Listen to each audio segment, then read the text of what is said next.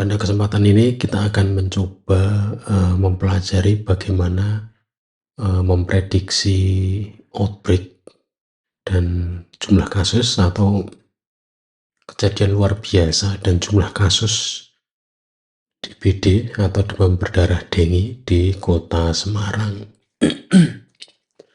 Ini jika kita lihat di situsnya, ini alamatnya adalah https dbd.data-lab.xyz. Nah, ini nanti ada di deskripsi ya. Ini kalau kita buka ini, kita akan ditampilkan halaman input data seperti ini, dimana kalau kita pertama kali mengakses, kebanyakan akan kosong isiannya. Beberapa yang ada sudah terisi, itu adalah kode kecamatan. Ini secara acak ya, misalnya saya refresh, ini akan muncul secara acak ya, KC1 sampai KC16 ini merupakan urutan kecamatan-kecamatan yang ada di Kota Semarang ya. Nanti ini bisa dilihat urutannya seperti apa, bisa dilihat di situs Kota Semarang. Kemudian tahunnya default tahun ini, bulan juga default bulan ini, minggu ke 42. Ini dari total tahun ya. Jadi kalau setahun ada 42, ada 52. Nah, di sini minggu sudah minggu ke 42. Nah, ini beberapa yang ada isiannya yang harus diisi. Itu adalah kasus minggu -4, jadi mundur 4 minggu yang lalu. Kalau minggu -3 berarti mundur 3 minggu yang lalu kedua, dan minggu -1 berarti minggu lalu, dan seterusnya. Untuk yang lain sama ya. Untuk rata suhu, ini suhu bulanan ya, bulan -3 bulan yang lalu, ini rata-ratanya berapa. Kemudian suhu bulan 2 bulan yang lalu dan 1 bulan yang lalu. Demikian juga untuk kelembaban, tekanan udara, hari hujan, dan curah hujan.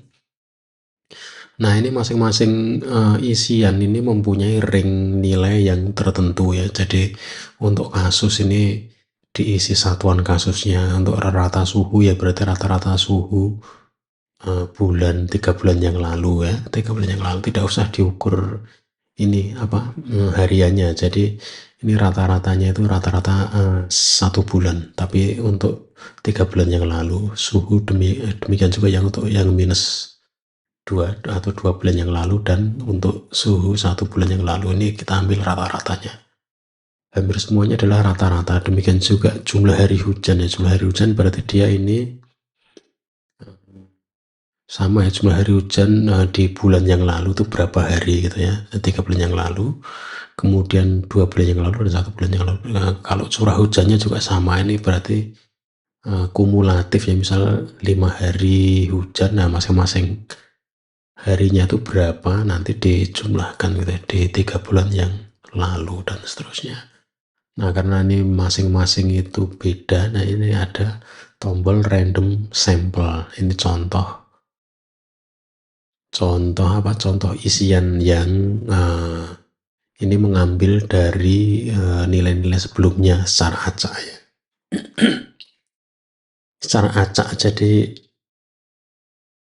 jadi ini tidak akan melebihi misal kita diisikan 10.000 gitu ya. Untuk yang curah hujan itu kan di luar kebiasaan ya. Jadi ini diambil dari nilai-nilai yang sebelumnya, yang sudah ada.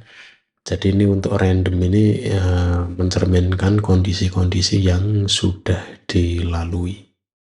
Oke, ini misal di random pun ini bisa juga kita ubah ya. Misal kita ubah misal 09 gitu ya. Nanti untuk ngecek ini kan sudah Oktober ya misalnya. Nah, ini misal kita pengen prediksi Oktober itu sesuai enggak dengan kenyataannya ya, ini kita mundurkan sebulan yang lalu, kemudian datanya kita atur sesuai dengan data yang bulan lalu ya, bulan lalu atau minggu lalu. Ini karena ini isiannya adalah minggu ya, mingguan ya, berarti ini minggunya gitu, harus kita sesuaikan juga untuk minggunya. Nah, ini kita random lagi aja. Nah, jadi misal kita ubah untuk minggu yang lalu berarti ini 41, tapi bulannya masih 10 ya. Ini bener nggak ini? Ini ya, ini minggu kedua berarti kan ya, berarti nanti kalau misal kita pengen prediksi minggu lalu ya berarti minggunya dikurangi tetapi bulannya apa? Bulannya sama dan seterusnya. Ini harus kita cek. Nah, setelah kita punya semua isian, nah selanjutnya kita klik tombol predict. Ini akan muncul animasi kalkulator ya, yang artinya mengkalkulasi berbagai isian ini dengan formula tertentu. Ini menggunakan machine learning. Ini akan menghasilkan prediksi KLB bulan ini negatif dengan probabilitas 58%. Jadi 58% negatif ya. Jadi ada kemungkinan KLB ya berarti 42 ya. Untuk positifnya berarti kan 1 dikurangi 58%. Prediksi jumlah kasus minggu ini 3 kasus berdasar isian-isian ini ya. Ini prediksinya minggu ini adalah 3 kasus karena minggu keempat minus 4 minggu yang lalu atau bulan lalu itu 1, kemudian minggu ketiga minus minggu ketiga 3 minggu yang lampau itu 2 minggu yang lalu 2, dan minggu kemarin itu 4, dan seterusnya. Kita coba lagi untuk yang lain ya, misalnya ini 3 semuanya kita predik. Nah, ini malah lebih tinggi probabilitasnya ya, probabilitasnya lebih tinggi 73%.